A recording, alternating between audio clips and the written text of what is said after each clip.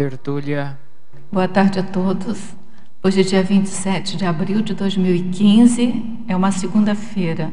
O verbete é de número 3.370, ele tem 6 páginas, 48 logias e 16 máximos. O tema, ortopraxis, e foi elaborado segundo a especialidade evoluciologia. Quem redigiu o verbete já é o veteraníssimo Daniel Bertolucci. Daniel Bertolucci Torres, ele é graduado em Direito e Teatro, brasileiro, natural de São Paulo, capital, voluntário da Conscienciologia desde maio de 2012, docente em Conscienciologia desde maio de 2013. A ortopraxis é a ação, conduta, ato, costume, manifestação, hábito e ou prática correta e evolutiva da consciência lúcida, intra ou extrafísica, autorresponsável quanto aos compromissos, deveres e paradeveres da função de mini-peça do maxi-mecanismo multidimensional interassistencial. Na pensenologia, nós destacamos o holopensene pessoal para jurídico, o holopensene pessoal da mega-fraternidade, a higidez pensênica, a autopensenidade para jurídica, a educação evolutiva autopensênica, os parâmetros evolutivos ideais enquanto fundamento do holopensene grupal do coletivo conscienciológico. Na fatologia, as condutas acertadas, as escolhas evolutivamente corretas, a prática altruísta incondicionada, o ato de doar-se em benefício da evolução de outrem, a sutileza dos acertos evolutivos, as ações fundadas em máximas universais. A construção da personalidade evolutivamente autônoma, o estouro das bolhas assediadoras pela praxis cosmoética, o ato de não repetir erros já cometidos anteriormente, o aprendizado pelo erro, que é a errologia, a mudança de paradigma pessoal enquanto elemento primordial para o início das reciclagens evolutivamente definitivas, o empenho da superação do busilis consciencial enquanto requisito à vivência da ortopraxis, o memorando da conscienciologia enquanto fonte de autopesquisa e roteiro pró-evolutivo. Na parafatologia, a ortopraxis enquanto recurso pró-desperticidade, a amparabilidade extrafísica exalante, a central extrafísica da fraternidade, reforçando os mergulhos interassistenciais, a central extrafísica da energia, potencializando a força presencial do ortopraxista, a central extrafísica da verdade, estimulando o exercício tarístico do desempenho da ortopraxis, o parafato de o trabalho da mini-peça do maxi-mecanismo ser invariavelmente para voluntariado, o conhecimento evolutivo aurido do curso seriexológico da consciência, o background consciencial construído em curso intermissivo realizado. Na argumentologia, nós destacamos o parágrafo identificação, no qual, à luz da evoluciologia, o verbetógrafo apresenta 5 categorias da ortopraxis a serem estudadas. A ortopraxis, ou conduta evolutivamente correta de caráter singular, que ele define. E no parágrafo posturas, sob a perspectiva da ortopraxiologia, que é a ciência aplicada aos estudos da conduta evolutiva correta, o verbetógrafo também, ele lista 12 posturas norteadoras quanto à atuação consciencial ideal. Na remissiologia, nós destacamos auto-ortopensenização, intensio reta, mega responsabilidade, ortotes, para dever. E não existe prática evolutiva correta sem se considerar a atuação pessoal conforme as diretrizes cósmicas. Viver multidimensionalmente é premissa básica ao exercício pleno da ortopraxis. Você, na escala de 1 a 5, como avalia a qualidade da atuação pessoal em função das premissas básicas do cosmos?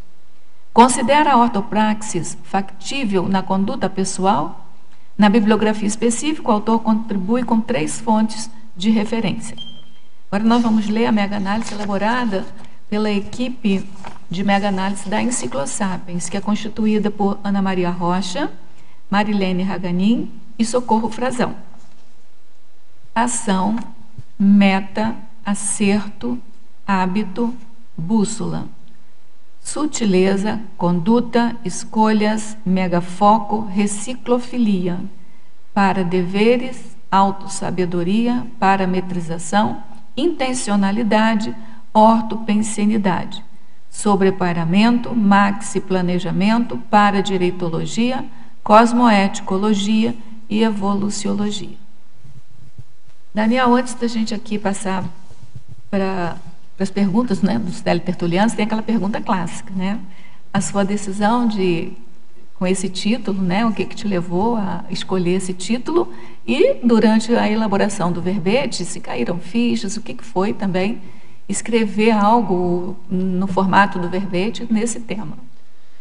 Tá, ok. Uma boa tarde, primeiramente, a todos os tertulianos e teletertulianos, né? É um prazer estar aqui novamente. E agora com um verbete, assim, a meu ver, bastante verponológico, vamos dizer assim, né? Avançado. A questão da ortopraxis, ela iniciou na minha pesquisa há algum tempo atrás. Já eu apresentei um trabalho no Fórum da Paradireitologia de 2013. Veio em forma de artigo, porém não foi publicado ainda. E a questão veio quando eu comecei já, né, a adentrar no universo da paradireitologia e vi que é necessário a gente começar a pensar sobre o que é correto evolutivamente falando, né? E lógico que é um assunto bastante polêmico, né? A gente não consegue, acho que, delimitar assim tão taxativamente, mas é uma ciência e estamos aí para pensar. Então, nesse verbete, eu tive, em primeiro lugar, a primeira intenção foi segundo alguns insights que eu tive em processos, né, de dinâmica e tudo mais, eu comecei a ver que a evoluciologia também é uma matéria, uma ciência que eu tenho muita afinidade, a questão do evoluciólogo, não só eu, acho que tem muita gente que tem, mas eu acho que o trabalho do evoluciólogo como um paradireitólogo, né, que inclusive, né, não sou eu que falo isso, é o professor Valdo, isso está no Homo Sapiens Reurbanizados, e como deve ser difícil você decidir, ou como você deve ter que estudar muito para começar a poder orientar uma pessoa, né? Poder você começar a alterar o destino dessa pessoa, dessa consciência, né? O exemplo, acho que mais notório que a gente tem seria até o processo da transmigração. Como é que um maxi-mecanismo atua para poder delimitar ou decidir que tal consciência é transmigrável e a outra não é? Qual que é esse limiar? Então, o ortopraxis, ele é um verbete assim de um processo, acho que é bastante demorado, bastante longo, e que você começa a entender o que é correto para você, né? Segundo os parâmetros da evolução, por isso que na especialidade é evoluciologia. E a partir do momento que você começa a desenvolver essa expertise pessoal, né, seria natural você começar a desenvolver também para as outras pessoas. E isso tá permeado no verbete, que você tem uma autossabedoria moral prática. Então você começa a desenvolver uma heterossabedoria moral prática também. É requisito básico, acho que da evoluciologia, né? Você passar por todo esse processo, todas essas reciclagens, todo esse processo de você saber viver evolutivamente, existir evolutivamente, para que você consiga atingir chegar num ponto em que você possa assistir as outras pessoas sem erros. E aprender com os acertos, né? Exatamente, aprender com os acertos, né? Então, acho que então tive diversos insights durante o processo. Comecei a ver que você não consegue falar, olha, faça 20 EVs diários e que isso é evolutivamente correto.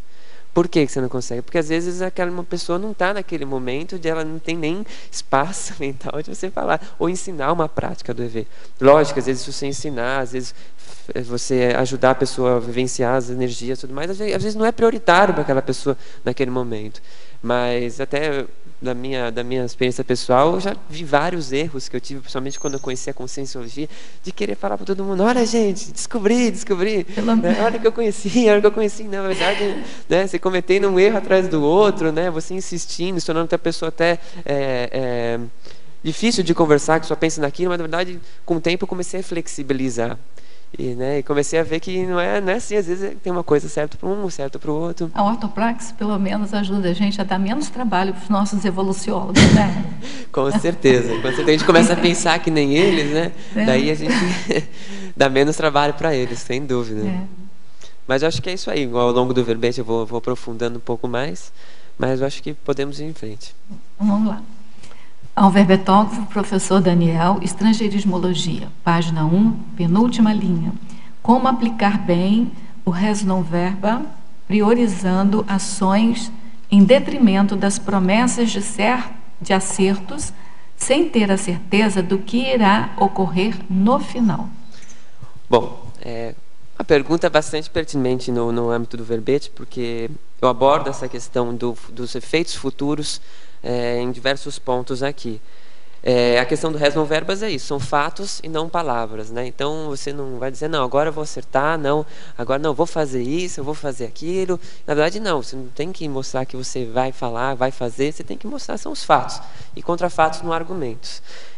Então, você tem, né, a questão dos efeitos futuros, porque com o passar do tempo que você vai estudando a ortopraxis, eu acho que é natural que você comece a desenvolver essa questão da prospecção, do futuro, né? Como é que você começa a prever o que vai desencadear a sua ação. Uma das coisas mais difíceis na questão da ortopraxiologia é você conseguir ver as nuances mais sutis da sua ação, reverberando no cosmos. Vamos pegar uma ação mais banal, sim, temos, né, cotidiano, vamos dizer assim, escovar os dentes, certo? E se eu não escovar meus dentes? Não vou estar afetando ninguém, é mentira, você vai estar afetando um monte de gente, porque um monte de consciência. Em primeiro lugar, assim, vai pegar a minha pessoa, que, né, intermissivista, estou aqui na Conscienciologia, se eu não cuidar do meu sono, e se eu tiver uma cárie, e se meus dentes não estiverem, né, com saúde, isso aí vai prejudicar a minha proexis. Prejudicando minha proexis, o que acontece? Eu dou trabalho para os amparadores, eu prejudico, né, aquelas pessoas que eu devia chegar, assistência, eu não faço uma assistência porque no dia que eu devia estar doando energia eu estou no dentista, eu não faço assistência porque eu não como bem, porque meu dente dói. Então é uma ação assim pequena, que aparentemente não tem significado para o cosmos, mas tem. Então essa é uma das coisas, até o professor Valdo falou hoje na minha tertúlia, das sincronicidades, e que elas vão ficando cada vez mais e mais sutis. E realmente isso, no processo da ortopraxis, é você identificar a mais sutil da reverberação da sua ação, e que você tem responsabilidade sobre isso. Então, espero ter, né?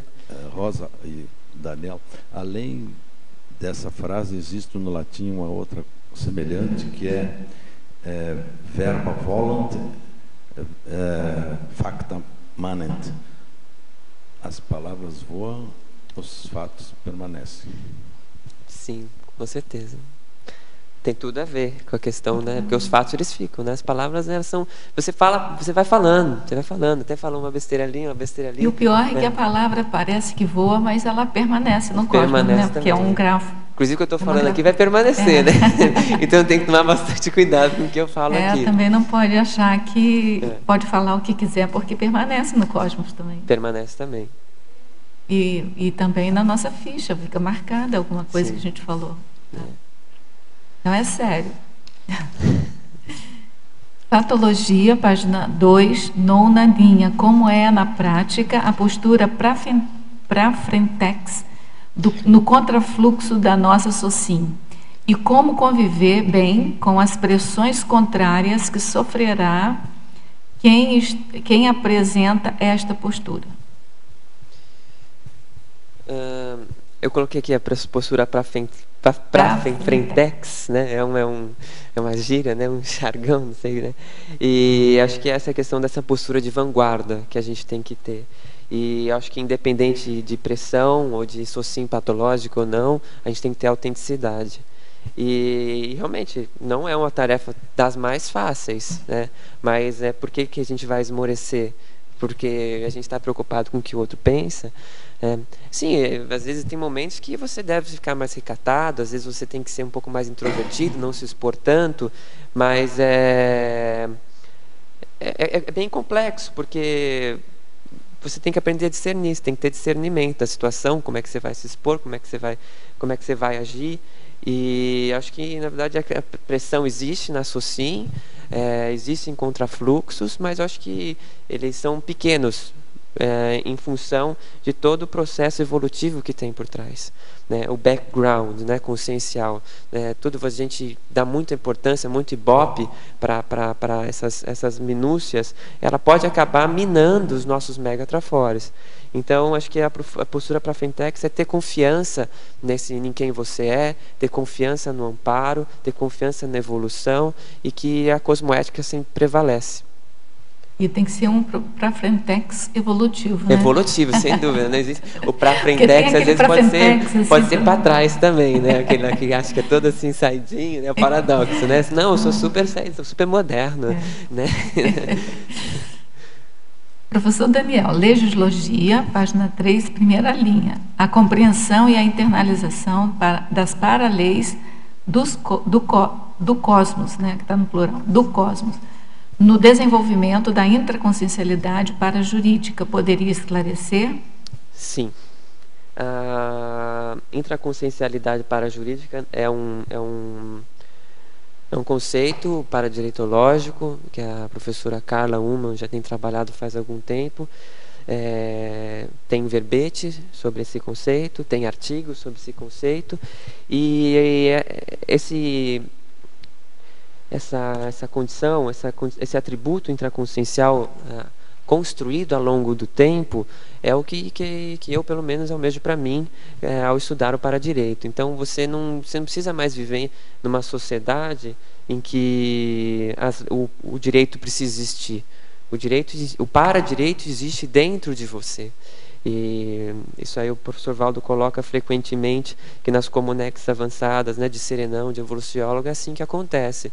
Você não precisa ter regras. Aquilo já está enraizado, já está na intraconsciencialidade daquela consciência. Então, é isso que eu quero dizer aqui, que é a compreensão e a internalização das paraleis do cosmos, que tem muito a ver com o processo do ortopraxis, se você vai levar em consideração a assistência do evoluciólogo na orientação dos grupos evolutivos, porque ele precisa ter aquilo muito bem enraizado dentro dele, não só para ele, mas saber como é que vai funcionar e como é que vai agir, como é que o cosmos vai agir, como as leis vão agir, as paraleis vão agir no destino daquelas consciências. Bom, Alvebetógrafo, Fatologia, página 2, quinta linha. A infiltração cosmoética. Na praxis ou dentro da SOCIM, como identificar se estamos fazendo papel de infiltrado cosmoético? É possível estar no meio religioso sem fazer autocorrupção? Até que ponto? Posso dar um exemplo pessoal. Eu não sei como é que é o exemplo dessa pessoa, não sei até que ponto você está no meio religioso, não sei o que você está fazendo lá, vou falar do meu caso. Eu estou hoje em dia voluntariando numa outra instituição, era da SOCIM, chama Caritas Arquidiocesana. Ela é uma instituição da Igreja Católica, sim, e eu trabalho no Centro de Referência para Refugiados. A Caritas ela é uma instituição que ela tem uma atuação bastante preponderante no processo de concessão de refúgio no Brasil. Inclusive, ela participa com voto, né, da decisão de se uma pessoa vai receber o status de refugiado ou não. Então, lá eu atuo como voluntário, mas eu faço pareceres de elegibilidade, né? A pessoa chega, o solicitante de refúgio está lá, e eu faço uma entrevista junto com uma outra advogada, e a gente vai lá depois faz um parecer, dando o que a gente acha daquele caso, e a gente encaminha para o Ministério da Justiça. Então, é uma instituição católica. Certo? Eu não posso negar que existe um crucifixo, existe a foto do Papa, nas folhas que eu assino tem uma vulgata bíblica lá, mas eu estou atuando como infiltrado. Então lá é uma instituição, eles são bastante abertos, eles fazem questão de falar que não recebem só pessoas da religião católica ou não, mas lá eu tenho consciência de que, pelo nível de assistência que eu estou fazendo, que eu estou com cosmoética, eu consigo estar lá como um infiltrado. E eu não preciso ficar falando da conscienciologia ou não, eu estou lá focado na assistência que eu estou fazendo, porque é aquela instituição que existe. Existe uma outra instituição lá, que é o Acnur, mas o Acnur é da ONU, e a Caritas tem um convênio com a ONU, inclusive. Eu não consigo atuar na ONU hoje, mas eu estou atuando nesse processo, porque eu acho que tem a ver com a minha Proex, então estou lá fazendo esse trabalho. Bom, esse é o meu caso. É como eu tive o discernimento a respeito de como que a gente pode ter uma infiltração cosmoética. Já o caso dessa pessoa, eu não sei, se ela der um pouquinho mais, a gente pode comentar. Você tem que fixar a autopensenidade para não ser engolido pelo holopensênio do local. Exatamente, né? Você precisa estar bem claro quais são os seus propósitos lá. Qual que é o seu objetivo, e você permanecer numa postura sempre de respeito, porque você tá num lugar que as outras pessoas pensam diferentes de que você, não necessariamente, como eu estava falando agora, é o momento de todo mundo aprender a fazer ver. Agora, uma pessoa tem uma prioridade dentro da holobiografia daquela consciência. Então, cada um está no seu momento. Se é o momento daquelas pessoas que estão lá de fazer aquela assistência porque eles acham que a caridade é um valor delas. Então, o meu valor lá é interassistência, e eu vejo que tem uma ligação com a minha Proexis. Essa questão dos refugiados tem tudo a ver com a questão do paradireito, né? A questão das fronteiras. Então, tem uma necessidade muito grande, eu estou lá. E eu não estou fazendo TACOM, estou fazendo esclarecimento, porque na medida que eu faço um parecer bastante embasado, eu esclareço todo mundo naquela situação, naquele país, eu tenho um posicionamento, eu aprendo muito. Então, tem que ter um estudo assim, da sua situação bem claro. Tem que ter discernimento. E você saber quais são as suas intenções por ali. Em Parafatologia, página 2, penúltima linha. Poderia exemplificar sobre o background consciencial construído em curso intermissivo realizado? Bom, até já citei essa questão do background. Assim, a gente faz o curso intermissivo, a gente estuda bastante, a gente passa por diversas simulações de vida, e tudo para que a gente consiga desempenhar aquilo que a gente está programado para fazer nessa vida, dentro de um contexto de reurbanização extrafísica, dentro de um contexto do maximecanismo multidimensional. E esse background é todo esses bastidores do curso intermissivo, que você sempre vem para a vida intrafísica, nunca sozinho. Você vem com todo o seu conhecimento que você auriu ao longo do seu curso intermissivo. Você vem com os amparadores, tem todo um enredo extrafísico por trás desse corpo que a gente está na dimensão intrafísica. Então, o curso intermissivo ele capacita a consciência para exercer com primor todos os itens programados para fazer aqui, né? Todos os desvios, na minha concepção, são por minha conta. Né? Eu vim totalmente preparado aqui para atender o que eu tinha que fazer. Não tem nenhuma proexis que exige algo além do que a consciência é. Né? E nem para fazer desvios, né? Nem para fazer desvio, muito menos para fazer desvio. Não, eu tinha que fazer isso, eu tinha que passar por aquele lugar. Não, isso é desvio. Assume que é desvio. Né? Então, lembrando aqui que infiltração não é desvio, né? Infiltração não é desvio, faz parte. Inclusive, só para reforçar aquela questão da infiltração, eu me sinto muito amparado quando estou fazendo esse trabalho. Não só quando eu estou presente durante as entrevistas que eu participo, mas como eu estou em casa trabalhando nesses pareceres. né? Meu frontochakra fica ativo o tempo todo, é banho de energia, é soltura energética. Então, para mim, isso é um indicativo, né? É um trabalho quase que de evoluciólogo, né? Que você vai definir se a pessoa fica, se a pessoa vai. É. Né? É difícil, é bastante difícil. É um treinamento aí, ó, vamos nessa. Boa tarde. Queria te perguntar, na página 2, parafatologia, na quarta linha de baixo para cima, você coloca aqui um item, a pré-intermissão favorecendo a ortopraxis. Certo. Você quer que eu esclareça? Sim, eu pensava, também tem mão dupla, né? Porque eu pensava na ortopraxis favorecendo a pré-intermissão. Não sei o que você pensa ao respeito. Pode ser que eu acho que até a ordem dos fatores não altere tanto o resultado, né?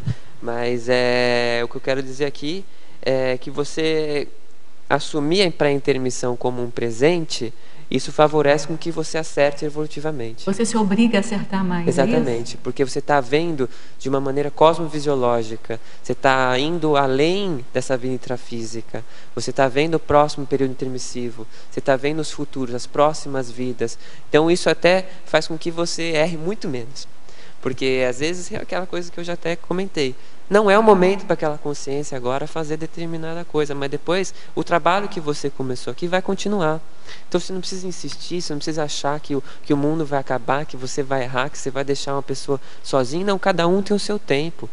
A gente tem uma visão muito diminuída e a gente não consegue ver que a série X, a vida intrafísica, nós vamos ter muitas ainda pela frente, e que às vezes a gente está só fazendo uma forcinha para subir um degrau nessa vida, as pessoas também.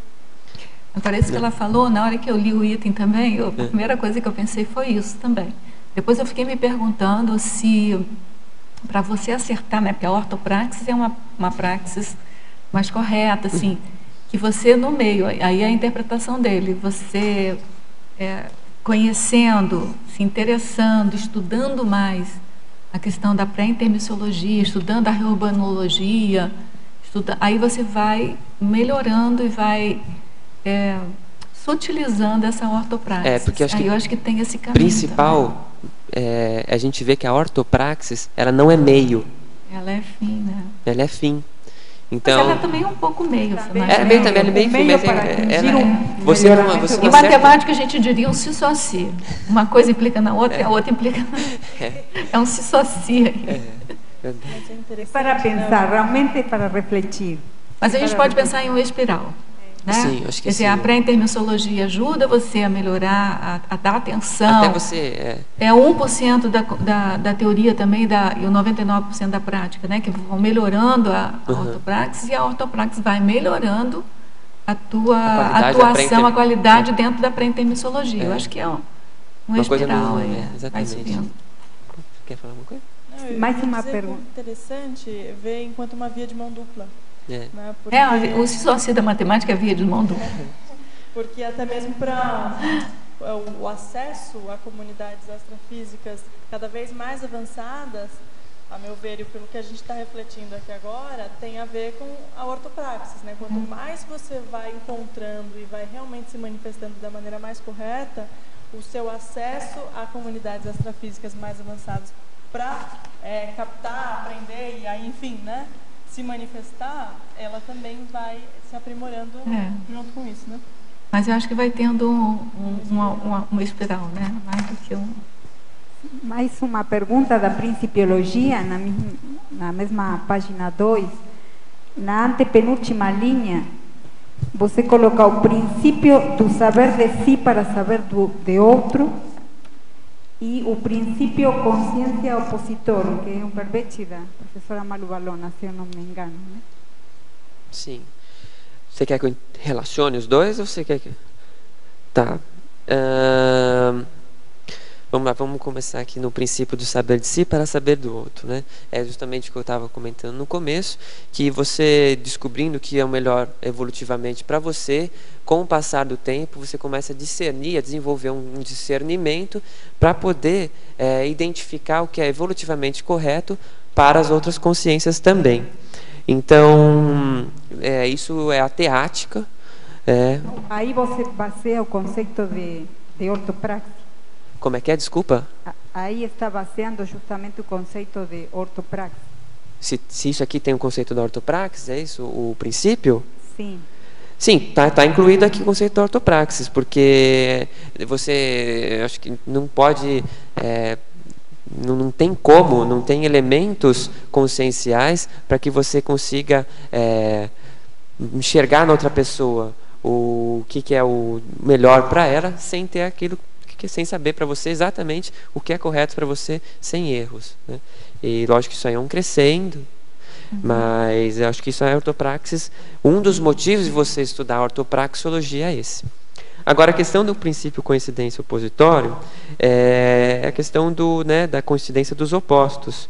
Então, tem realmente tem bastante a ver com essa questão de saber de si para saber do outro, porque você vai identificar, você vai sabendo que você está evolutivamente evoluciólogo. Você não pode falar que ele é exatamente um igual ao Consréu, certo? Mas ele tem uma coincidência junto com a Consréu pelo trabalho da assistência. E por ser consciência também. E por ser consciência também, exatamente, né? Mas logicamente os valores às vezes são então em oposição, mas acaba se coincidindo por causa da assistência, por causa do mecanismo de evolução. E, além disso, a questão da coincidência opositória é a questão do próprio equilíbrio. Então, você aprendendo a lidar com esse equilíbrio, para você também aprende a lidar com o equilíbrio da outra pessoa, das condutas mais harmoniosas em função dos parâmetros cósmicos, né? Tá claro, Cris? Tá claro, muito obrigada. Professor Daniel, Fatologia, página 2, final da terceira linha de baixo para cima. O empenho da superação do busilis consciencial enquanto requisito à vivência da ortopraxis, poderia explicar qual a definição do busilis consciencial? Bom, vamos começar pelo busilis. O busilis é aquele ponto crucial que você tem em você que afeta toda a tua atuação como uma consciência, né? Você tem algum ponto, um gargalo que toda a sua manifestação gira em torno daquilo. Então, por mais que você tente atuar de uma maneira diferente, se você não superou esse busilis, esse nó górdio, você vai retornar tudo para aquilo de novo. Você vai voltar sempre para ele. Você sempre vai estar limado pelo busilis. Então, né, inclusive, para você aprofundar mais na questão do busilis, você pode pesquisar a enciclopédia da Conscienciologia, que, se não me engano, tem um verbete também do busilis, ou se não tem o verbete do busilis, coloca lá no Finding e você vai achar diversos verbetes que comentam sobre busilis. Tem verbete? Eu não sei, vou ver aqui, mas assim, pelo AIS, busilis é o cerne da questão ou do problema. É a dificuldade, aquele ponto assim de... Crucial, né? Crucial. Nevrálgico, exatamente, ponto nevrálgico. E então a questão da superação do busilis, porque como é que você vai agir evolutivamente correto se você tem uma questão pendente, bastante presente em toda a sua manifestação? Se você, por exemplo, ainda tem uma postura dogmática, se você não superou a questão do dogmatismo, você não vai conseguir agir segundo a ortopraxis, porque o princípio da descrença é um dos pré-requisitos de você evoluir corretamente. Então, por exemplo, por isso que justamente nesse verbete eu não consigo elencar uma série de condutas corretas, porque cada caso é um caso. Então, assim, só para elucidar, a questão da ortopraxis, ela veio já de outras linhas de conhecimento, né? Você tem a ortodoxia religiosa, que delimita um monte de ações que a pessoa tem que se vestir, tem que usar a trancinha aqui do lado, tem que usar o chapéuzinho assim assado, e porque assim você está segundo a sua religião. Então, na verdade, a pessoa está aqui na conscienciologia, ela se veste de um jeito, ela age de outro jeito, mas ela não vê um porquê para ela. Aquilo tem que ter um significado íntimo para ela. Porque você não pode assumir o que é de fora sem entender o que é seu. Se você vê um porquê de usar branco, se você vê um porquê de agir, fazer os 20 EVs diários, você vê um porquê de fazer um CPC e aquilo tem um significado para você, e não porque você está imitando o outro, e não porque está lá escrito no livro que você tem que fazer. Porque a gente aqui, nós temos livros diversos, mas nenhum desses livros é a Bíblia. Né? A Bíblia é um livro que está aí dogmatizado, que está aí há muitos anos, cada um tem uma interpretação. Então, a questão de você ter, se você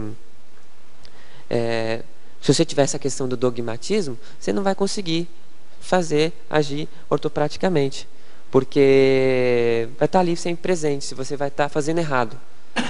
Ah, não, estou fazendo assim porque na Conscienciologia faz assim. Porque lá o professor Valdo faz dessa maneira. Só vai acertar se o outro estiver acertando. Ou até não, às vezes não é o melhor para ela. Não é o melhor para ela. Não é o melhor para ela. Então, assim, pense, tem que ter muito discernimento. Né? Só falando em busilis, sabe qual é a origem dessa expressão? Sim, fala.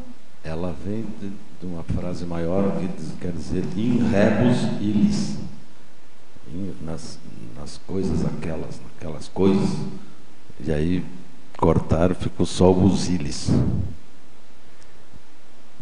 Obrigada. Principiologia, página 2, segunda linha, o princípio do pré-perdão interassistencial enquanto fundamento da imperturbabilidade perante a ausência de acertos evolutivos alheios. Poderia comentar a respeito? Sim, o pré-perdão interassistencial ele é uma ideia do professor Valdo, também, se eu não me engano, tem verbete a respeito. Tem aquela pessoa lá que vê, está ali, está fazendo força, evolutivamente falando, está buscando, né, se aprimorar, tem lá o CPC dela, faz os EVs dela, está estudando, fazendo recinto e tudo mais, mas mesmo assim ela vai lá e briga com um amigo, com um familiar, por causa das imaturidades do outro, porque os outros são muito imaturos, então todo mundo aqui não presta, vou embora desse lugar, porque aqui só me atrapalha, vocês são tudo... Né? Então, na verdade, isso aí é muito errado, você não está respeitando as outras pessoas, o tempo da outra pessoa, e você não está respeitando, por exemplo, se a outra pessoa vem e ela vai lá e quer que você, não sei, vá...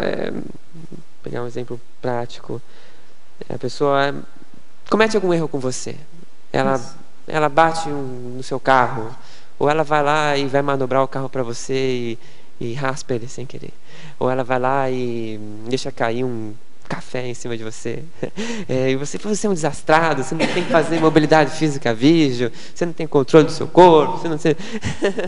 e na verdade isso aí basta você perdoar a pessoa pelo erro dela, a pessoa às vezes estava tremendo um pouquinho, a pessoa é assim, é o jeito dela, respeitar os outros, né? Então, o evoluciólogo ele deve ter muito disso, né? Porque ele deve estar cansado de ver a gente errando, deve estar cansado, ele vai lá, faz todo o esforço, conversa com a gente ali na antessala, né, da ressoma, vai lá e fala, você está pronto, Daniel? Estou pronto. Você não vai errar? Não vou errar, prometo. Não, anotei tudo. Agora tem uma questão aqui, eu estou vendo a definição, que esse aqui tem um verbete mesmo, que é pré-perdão assistencial. Então o verbete tem uma questão aqui que é bem interessante. Assim, é a condição ou estado do ato ou efeito gerado pela consciência lúcida de perdoar, relevar, desculpar e ser clemente com racionalidade e lógica. Isso é o ponto pacífico, né? Antecipadamente, para com a falta cometida pela consciência ser assistida. Então, assim, eu entendi que, a princípio, toda a consciência que está na tua frente, a princípio, você tem o olhar de assistente com ela, né? Então, se ela erra contigo, você tem que perdoar, porque ela é um assistido teu. Sim.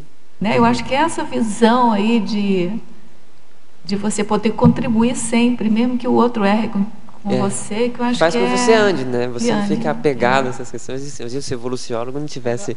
Aí marca um nível de maturidade da consciência, né? Que é mais evoluída justamente essas são as manifestações.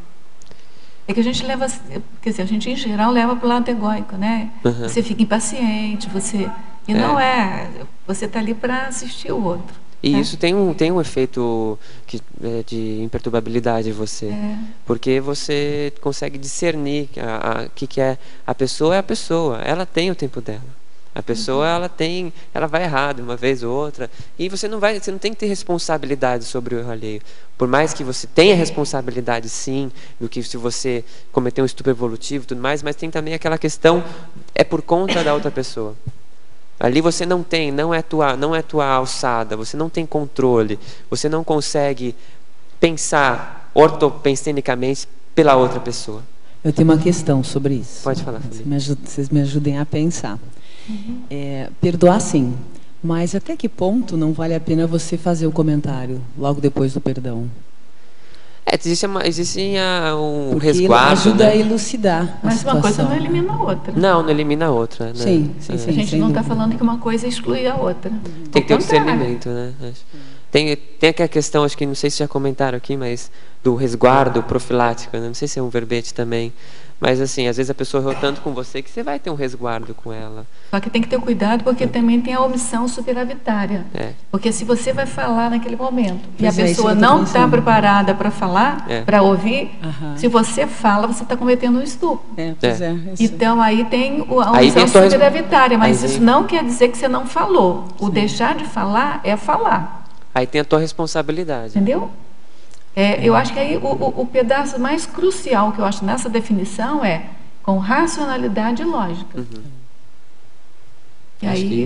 E aí a pessoa se vira para arrumar um momento, se tiver e se for, né? E para psiquismo também, né, gente? Para a gente perceber assim, a psicosfera muda do outro. tudo. E só já que você tocou nessa questão, eu não sei se alguém vai perguntar, mas a questão da frase enfática eu comento aqui. Não dá para você ter um exercício pleno da ortopraxia sem viver multidimensionalmente. Então, o parapsiquismo tem uma atuação assim básica nesse processo. Não tem como você ser um evoluciólogo meramente intrafísico. Não tem como você pensar evolutivamente correto se você não levar em consideração as múltiplas dimensões. Agora, você tem um item aqui que diz assim, não pode errar a segunda vez, né? Então, muitas vezes a gente vai ficar quieto, vai ver que depois devia ter falado. Ou muitas vezes a gente vai falar e vai ver depois que devia ficar quieto, mas isso faz parte. Quem não arrisca fazer assistência não vai fazer assistência. Errologia, né? Quem não arrisca errar, né? Não vai fazer. Então, lógico, porque não pode errar várias vezes. Você pode errar mais de uma, às vezes é um processo, né? Pouco a pouco que você vai aprendendo. Mas tem uma metáfora que o professor Valdo usa, que é o amparador desculpa a gente 30% dos nossos erros. Então, não, 3%, não é 30% não. 3% dos nossos erros. Então, é porque a gente vai errar. Não é que ele dá o direito a gente errar. É que ele já sabe, de antemão, ele já pré-perdoa a gente. Ele vai errar umas vezes ainda. Dá um tempo para ele. Dá um tempo para ele, tem que crescer. Depende da consciência, sabendo as características da consciência, o nível evolutivo, a situação que ela tem, é lógico para uma consciência mais lúcida estar previndo o que é possível acontecer, tanto de bom como de ruim. Eu acho que é racional isso, considerar. E a imperturbabilidade, já estava pensando, não é que é difícil, por quê? Porque não é só uma consciência. O evoluciólogo sabe que atrás disso está todo um grupo. Mas então aí está a seriedade e o difícil que deve ser para poder considerar isso. O tema de que não é sempre só uma consciência, sempre involucra todo um grupo evolutivo. Agora tem uma coisa, pode se distanciar. Tem uma coisa que eu acho importante a gente pensar também, que o pré-perdão, na minha opinião, é um estado consciencial nosso. E o professor Valdo já falou algumas vezes, e eu entendi, que é uma técnica de você libertar a tua consciência do psicossoma. Entendeu? Então você já pré-perdoa, você já fica tranquila, é um estado consciencial. Não é esse comprometimento que você está falando, sabe? Então você, com a consciência sua liberta do seu psicossoma, da sua egocentricidade, você é capaz de enxergar com mais facilidade o que é melhor para o outro. Ou seja, é a remoção do instinto animal, daquela vontade de voar, o atacar em cima da pessoa. Você tem uma metáfora limpo, também, né? Tem uma metáfora também que eu assim acho que eu fiquei, foi muito impressivo para mim a primeira vez que eu li, que é do serenão que enxerga, que nos enxerga aqui como se fosse um formigueiro. É o sobrepairamento. Isso para mim foi muito impressivo. Então esse pré-perdão para mim também tem esse tom.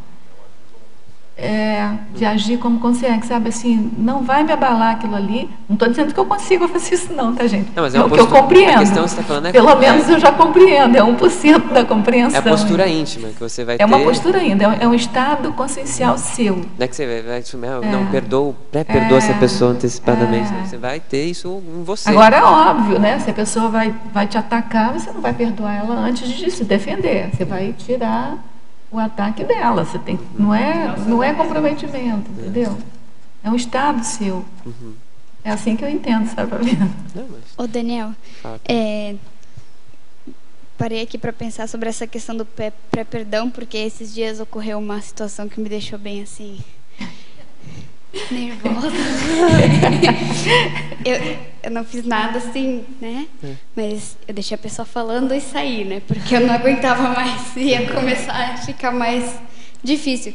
E eu percebi uma coisa, assim, eu não conseguia assistir a pessoa, porque foi uma coisa que me deixou bastante mexida. E eu também, claro, não ofendi, mas também não disse o que ela me fazia sentir, né? Que eu me senti atacada pelo que ela disse, né? E por eu não ter feito nenhuma coisa nem outra, depois eu fiquei naquela ruminação mental de ai, que raiva, ai, olha isso, ai, devia ter falado isso. Então não perdoou? Não perdoei. E aí eu acho que entra a questão do pré-perdão, entra a questão de toda a autopesquisa que a gente tem que fazer com esses pontos que nos são mais difíceis de lidar. E aí eu pensei que isso meio que se unia à questão da fobiologia, que se traz ali na última linha, a vitória sobre as fobias inibidoras da autoamparabilidade.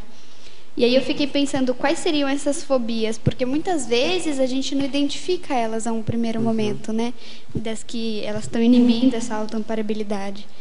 E aí eu fiquei meio assim, porque essa questão do pré-perdão, como ela, no meu ponto de vista, ela tem a ver com você também antecipar situações que você vai precisar ter aí um foco mais interassistencial, porque sabe que mexe com você, com essa questão da fobia inibidora da autoamparabilidade. E aí eu queria entender um pouquinho mais, como que você chegou, como que você chegaria nessas fobias inibidoras, assim?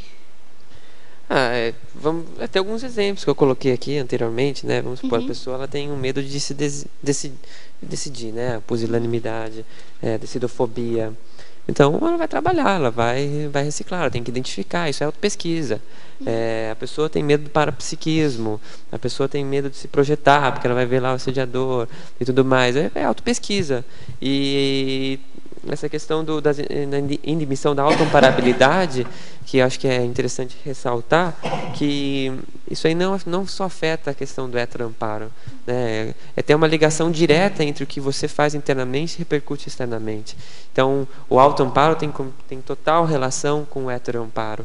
E eu acho que isso está rondando bastante no verbete, que é a questão de você trabalhar você mesmo para poder trabalhar, para poder repercutir, para poder reverberar, para poder vivenciar toda essa sua realidade que você tem internamente no seu exterior, nas coisas, naquilo que não é do seu controle, naquilo que vem de fora, da outra consciência, né? Acho que é isso. Tudo bem? Tá, eu tenho outra pergunta. Pode falar. Posso aproveitar? Na neossinapsologia, você fala assim, o emprego instantâneo das neossinapses formadas a partir dos erros identificados e superados. Daí eu queria que você trouxesse aqui um pouquinho do teu exemplo quanto a isso, porque você coloca desse emprego instantâneo, né? E isso é bem difícil, né? Isso é um ideal, né? Vamos dizer Sim, assim. é o ideal. Queria que você trouxesse aí alguma coisa, como foi para você conseguir colocar isso aos poucos na prática. Assim, nós somos consciências multiexistenciais, né? Então, às vezes, o erro que eu cometi hoje é um erro que eu cometo há muito tempo. Então, às vezes, não é tão fácil você, assim, já empregar instantaneamente a sua neossinapse desenvolvida. Mas acho que, a partir do momento que você tem um insight sobre aquilo, você já tem consciência, você começa a ser autocorrupta. Esse é um outro erro também, né? Se você assumiu consciência, já sabe como é que você tem que conduzir a sua manifestação.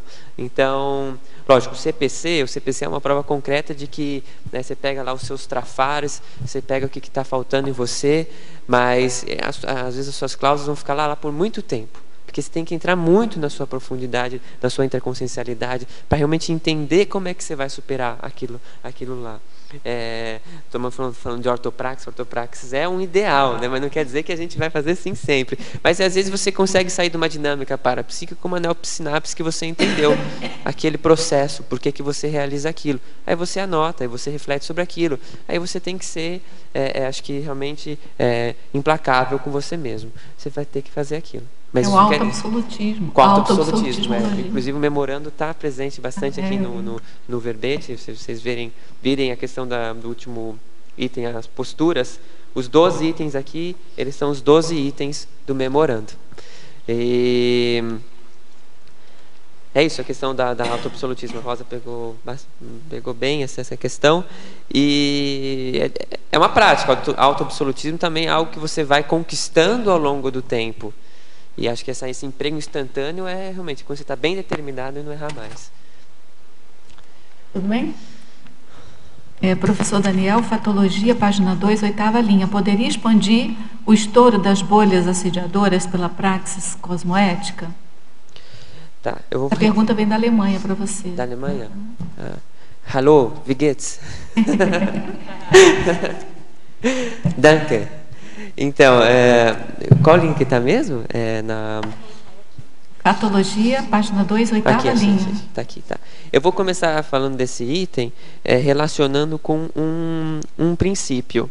Tem aqui na Principiologia o segundo princípio, que é o princípio da preponderância das ECs cosmoéticas, que tem total relação com a questão das bolhas assediadoras, porque a prática cosmoética ela vai encantoando a anticosmoética, ela vai tomando conta da anticosmoética até deixar num momento que aquilo estoura, que aquilo não tem mais sustentação para se manter.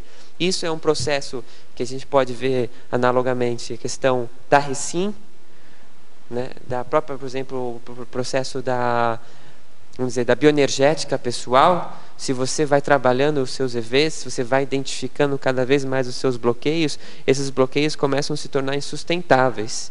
Então, a energia vai ajudar com que você adentre nesse bloqueio e desencadeie uma série de recins a partir disso. E isso também acontece na questão da própria Reurbex. A Reurbex é uma prática, né, pelo menos no meu entender, acho que também da maioria aqui, cosmoética, e que tem a preponderância das ECs cosmoéticas. É um modus operandi do cosmos, é o momento que o planeta Terra está vivenciando agora. E isso vai cada vez mais identificando as bolhas assediadoras, vai entrando cada vez na profundidade dessas bolhas assediadoras que tem no planeta, desses bolsões interdimensionais baratrosféricos, e uma hora esses bolsões vão se tornar insustentáveis. A preponderância da EC cosmoética, ela é muito mais forte, ela não tem nem como você comparar na questão da anticosmoeticidade. A anticosmoeticidade, ela é egóica. A cosmoética, ela é universal. Então, imagina a força de um universo inteiro, né, em contrapronto, em antagonismo àquela bolha assediadora de um grupo de consciências assediadoras. Então, é isso. A ortopraxis, ela vai, aos poucos, conquistando um cosmos, na verdade, né? Em Tecnologia, página 2, 2ª linha. Poderia comentar, se possível, com exemplos, sobre a técnica da parametrização da conduta evolutiva pessoal em prol da superação de trafares pelo emprego consciente dos trafores? Eu fiz questão nesse verbete em colocar assim essa sessão, a tecnologia com bastante instrumentos e ferramentas técnicas para que a pessoa pudesse aproveitar um verbete que parece que é muito teórico, muito distante, mas não é. Ela pode aproveitar esse verbete e empregar hoje na autopesquisa dela. Então, eu fui criando uma série de técnicas que já existem na Conscienciologia, por exemplo, a primeira, né? Mas eu fui identificando, tendo nesse processo da elaboração do verbete, criando algumas técnicas para que as pessoas possam aproveitar na prática. Então, a parametrização da conduta evolutiva pessoal é você elencar, né, nos parâmetros, né, os itens de como é que você age, você vai identificando, você vai estudando, pode ser por trafares, pode ser por trafores, pode ser você, olha, hoje eu fiquei estressado no trânsito, né? Você vê que isso aí é um parâmetro seu, você vê que isso aí é um parâmetro, não, você vê que isso aí é uma constante. Então você vai identificando, aí você vai vendo o que isso, né, como é que você vai superar essa atuação. Então, você vai parametrizar, você vai ver o que é melhor para você, você vai ver o que são os seus valores evolutivos. Se você vai, por exemplo, na técnica do CPC, a gente tem... Cris, você pode me ajudar se eu errar? A gente emprega a questão de você identificar os seus trafores também. Não é só você identificar os seus trafares. Então, você vai identificar quem que é o Daniel ideal. Quem que é o Daniel que eu quero ser? Quais são os meus valores? Quais são os meus princípios evolutivos? O que eu quero, onde eu quero chegar? Então, esses são os seus parâmetros. Então você vai... E você tem... Todo mundo tem N trafores aqui que consegue identificar, e tem muita coisa assim que fica todo na holobiografia que você não identificou, que tem coisas pequenas que você não consegue identificar, mas você vai aos poucos vendo quem que é o seu ideal. Quem que é o Daniel Consciex, né? Quem é aquela Consciex que eu não sei o nome, né? Quem que não é o Daniel sou eu agora. Quem que é aquela Consciex que eu não sei o nome? E nisso você vai identificar quais são os seus trafores principais. Você vai vendo assim, realmente, eu sou assim, eu já tenho isso, eu tenho um pouquinho assim. Então, nesses parâmetros evolutivos que você vai colocar para você, aos poucos você vai superando seus trafares. Seus trafares vão ficando pequenos.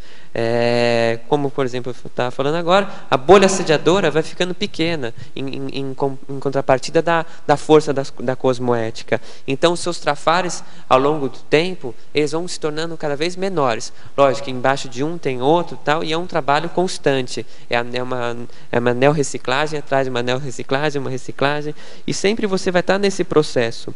Só que se você tiver para você bem claro quem é o seu melhor, isso vai te ajudar muito a acertar mais. Estrangeirismologia, página 1, segunda linha. O que se pode falar sobre a manifestação do Strong Profile e a interiorização da Lex Maxima evolutiva? Bom, o Strong Profile é aquela pessoa que ela é inabalável, ela é bem autêntica, ela tem bem claro para ela mesma quem que ela está no front, ela encara, ela topa desafios, ela arrisca, ela erra também, mas ela aprende, ela é resiliente, ela se adapta, ela tem a postura pra frentex, né, que eu coloquei lá na fatologia. Então, realmente, você buscar agir evolutivamente correto não é fácil.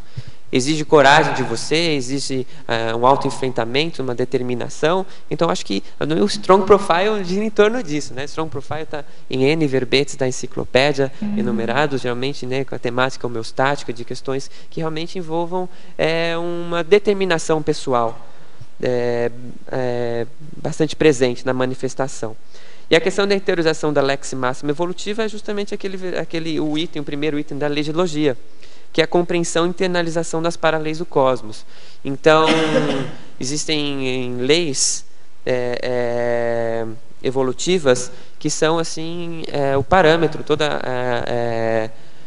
estão lá na constituição do universo, né, do cosmos, para a gente conseguir entender em termos nossos, né? Essa é uma maneira de entender.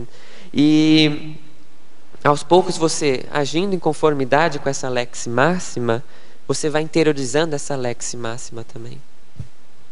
Em ortopensatologia, página 1, segunda linha, poderia comentar sobre a assistência desenvolvida pelo assediador extrafísico é puro assédio inconveniente e anticosmoético, seja intencional ou inconsciente.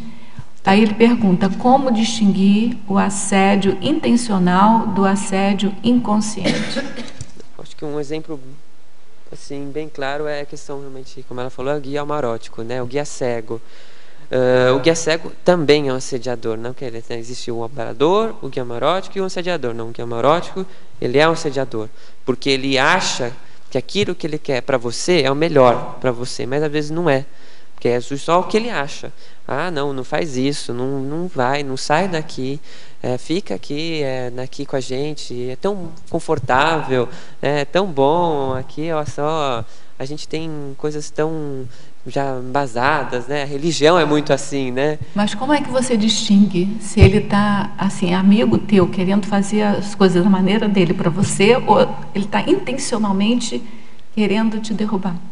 Eu acho que vai do discernimento, né, da situação, não sei. Eu não sou muito de assistir novela, né, mas em novela você vê que tem, claro, aquelas vilãs assim que né, fazem toda o planejamento. Eu vou pegar aquela pessoa, vou derrubá-la da escada, né? Sempre tem alguém que cai da escada, né, na novela, né?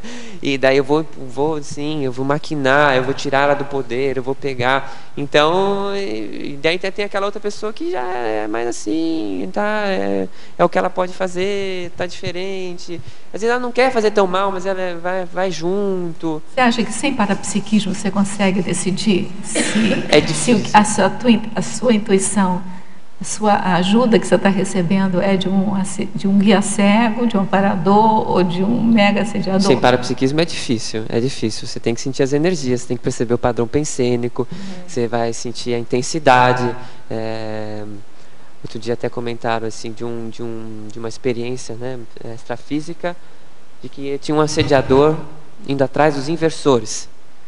E isso é um assédio de função, é um assédio claro, voltado, deliberado. Não é porque simplesmente está ali e pega aquela pessoa porque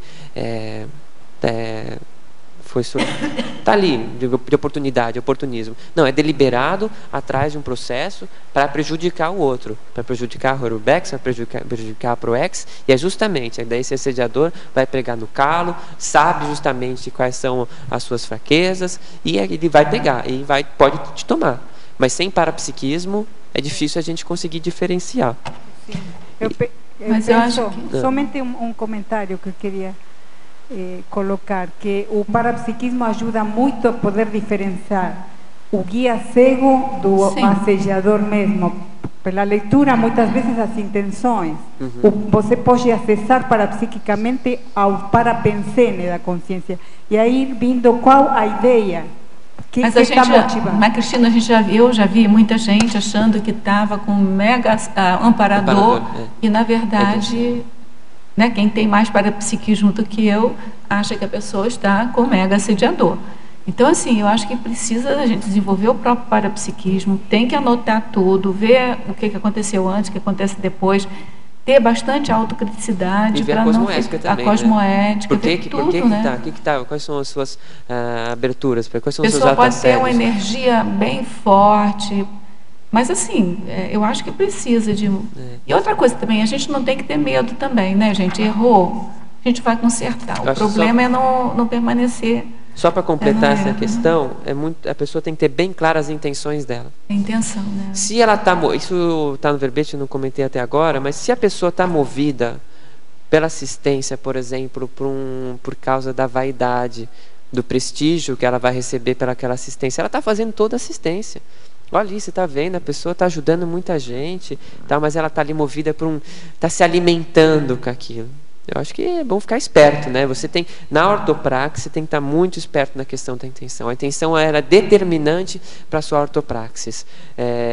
Não existe você estar, por exemplo, buscando uma assistência voltada para você. voltada assim para você satisfazer prestígio, para ter prestígio, para você botar o prestígio, para você satisfazer, por exemplo, a pessoa assim, eu sofro tanto quando vejo tal as outras pessoas e eu estou ajudando ela para aliviar meu sofrimento.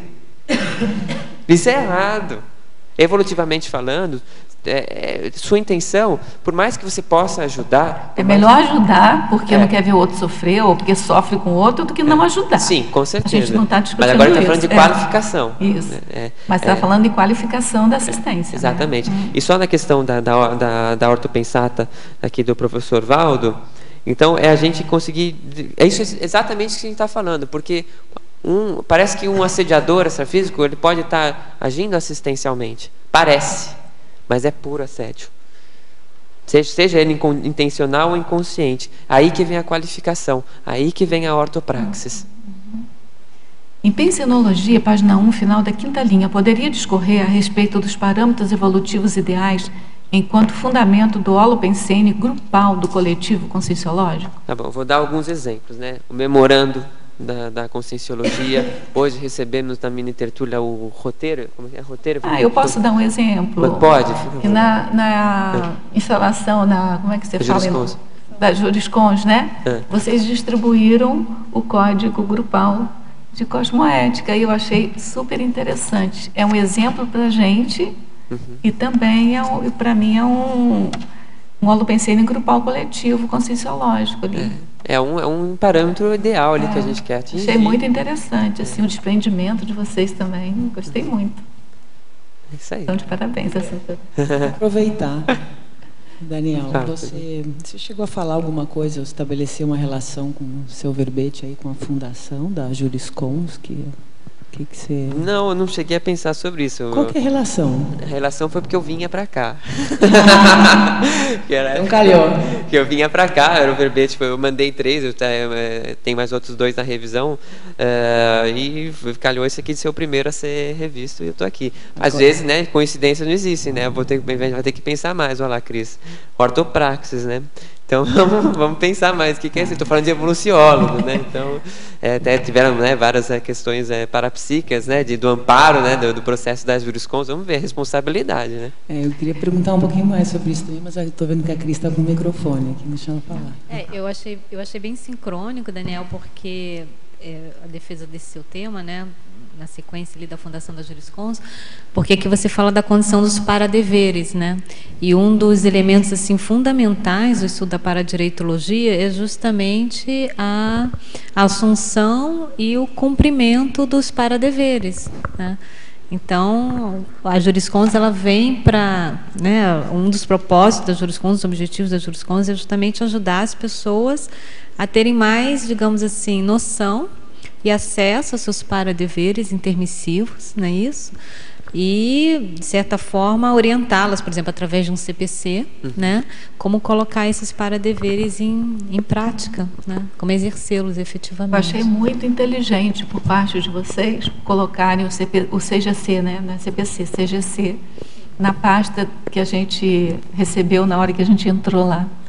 Eu achei de uma sabedoria, assim, sabe? Porque, assim, se tratando de uma IC de paradireitologia, se a gente não apresenta de uma forma teática, né, o que a gente já está, pelo menos, fazendo, né? No sentido de melhorar a nossa conduta enquanto grupo, né? O objetivo foi esse, foi justamente, né? Acho que tem um microfone. Quando ele coloca aqui na codigologia, né, o Código Grupal de Cosmoética, harmonizando o coletivo intrafísico com os amparadores extrafísicos. Então, a ideia é essa, de mostrar nosso intento, nosso esforço. Né, um link com o amparo, né, com a questão do amparo e a nossa teática paradireitológica. Né? Sem dúvida. Temos que nos esforçar muito mesmo, né, para botar tudo aquilo ali em prática, mas já é um começo, né? A gente está falando, pouco a pouco. Nós temos lá os nossos parâmetros ideais, nós temos aonde a gente quer chegar, eu acho que o CPC já é difícil de empregar com uma pessoa só, imagina o CGC, né, que é uma instituição inteira, né? Vamos lá, vamos trabalhar, vamos também deixar o CGC, né, uma coisa dinâmica, assim como o CPC, vamos trabalhar em cima dele. Mas eu acho que é muito importante a gente ver que essa responsabilidade que a gente está tendo, né, do amparo que a gente está recebendo, amparo, né, de responsabilidade, né? Então acho que a gente se sente bem sabendo que a gente tem todo esse background por trás, né? Mas ao mesmo tempo a gente tem que assumir os nossos para-deveres, porque junto com um para-direito enorme que eu tenho, né, uma liberdade que eu tenho de atuação, eu tenho um para-dever enorme em relação aos outros. Tudo tem, né, sempre tem a contraposição, né? E na verdade para-dever não é ruim, tá? Para-dever é ótimo, ele é libertário. Agora, tem uma pergunta aqui, na Fatologia, página 1, segunda linha, o que significa prática altruísta incondicionada? Não sei se essa pessoa que perguntou já estudou um pouco do Kant, fundamentação metafísica dos costumes, né? Mas quando eu fiz aquele artigo que eu comentei no começo, eu li esse livro, pensei bastante sobre ele, também utilizei um outro livro que é Justiça, né? O que é fazer a coisa certa, que é também, para quem for interessado nesses dilemas, né? O que é o correto, o que é o certo, moralmente falando ou não, leiam esses livros, né? Fundamentação Metafísica dos Costumes de Kant, e esse aqui do Michael Sandel, Justiça, o que é fazer a coisa certa. Do Michael Sandel, assim, todos dele, ele fala de questões bastante polêmicas, é muito interessante você pensar dessa maneira. Então a prática altruísta incondicionada é aquela prática que você volta da interassistencialidade, está voltada para o outro sem ter nenhuma condição, sem ter nada assim demandas para você, sem você ter nenhuma outra ação ou finalidade atrelada que não aquela mesma que você se determinou fazer. Você não está dependendo de mais nada, é aquela determinada ação. Como a gente estava falando, a ação evolutiva ela é uma ação fim, ok, ela é uma ação meio também, mas ela é uma ação em si mesma. Você não evolui para conseguir alguma coisa, você evolui. Certo? Então, a prática altruística, pensando no outro, é você pensando no outro, não é você. Não no que você vai conseguir pensando no outro. Lógico, tem as questões que são resultado, consequências disso, mas aquilo não deve ser o motor da sua interassistência. Não posso assim, eu vou fazer essa doação de dinheiro agora, porque eu sei que depois eu vou ganhar um dinheiro igual, vou ganhar em dobro, né? Não é assim um ditado, sei lá, entendeu? Então esse não pode ser o motor, mas se possa ter uma atuação. Às vezes você vai doar um dinheiro para uma instituição, você vai às vezes ajudar alguém, você não pode estar pensando no que aquilo vai trazer para você, você tem que pensar no que vai trazer para o outro, aquilo, naquele momento. Então, em Fatologia, página 2, primeira linha, poderia explicitar a meta-optata do intermissivista e a seguir, na terceira linha, a construção da personalidade evolutivamente autônoma? Essas perguntas agora vêm de Madrid para você. Olá, que tal? Né?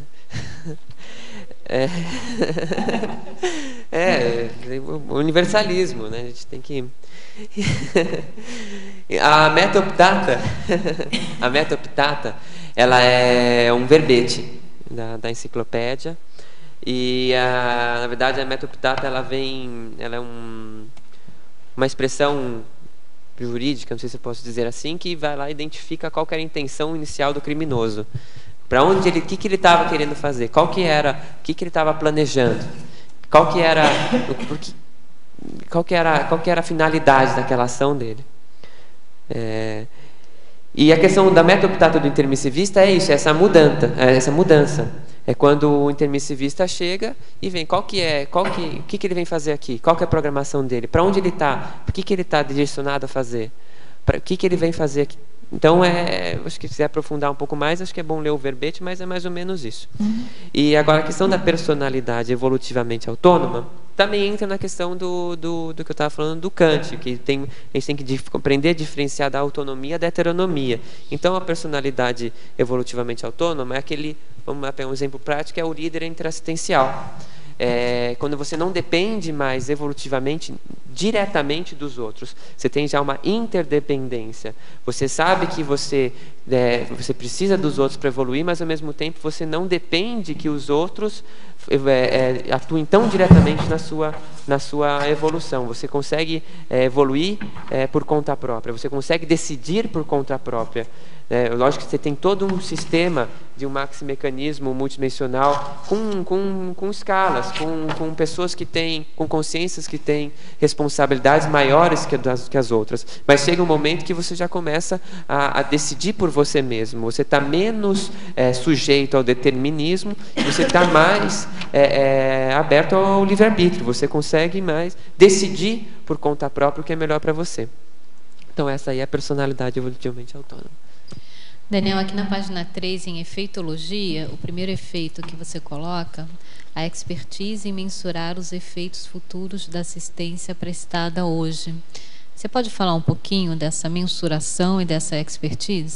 Tá. Eu faço uma relação desse efeito com a exemplologia.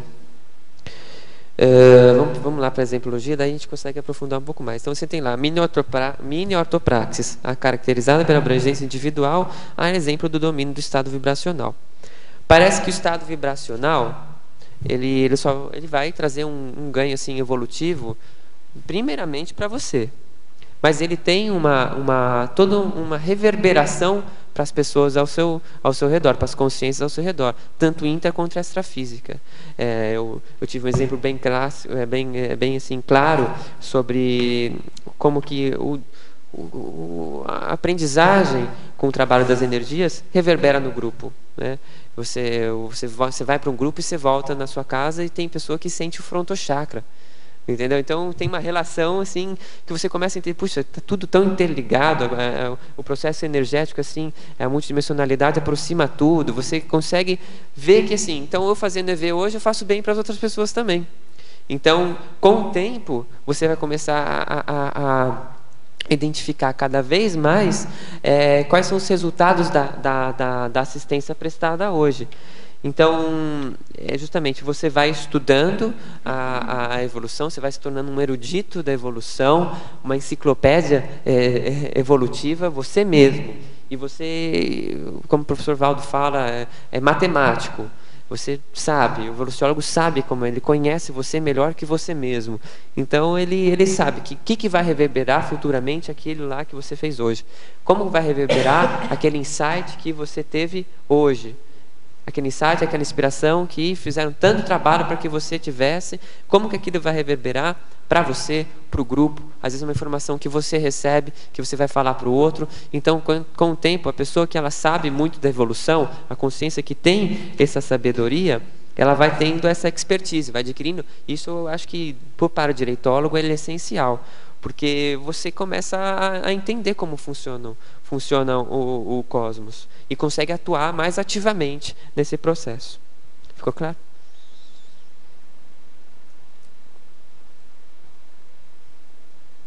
Você já pensou em assim, alguns parâmetros de mensuração? Se eu já pensei em alguns parâmetros de mensuração?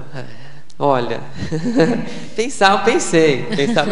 Próximo verbete. Próximo verbete vai ser. Ou artigo, né? Você tem que pensar mais, né? Tem que estudar, né? Você tá para ser bem claro esses parâmetros. Ou livro, você pode fazer um livro também.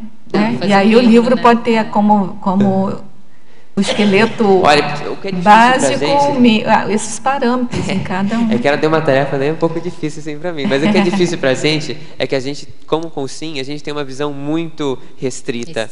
Então acho que a dificuldade nossa, como um paradireitólogo, Consim, é você delimitar o seu universo de variáveis, de circunstâncias que está naquela sua análise.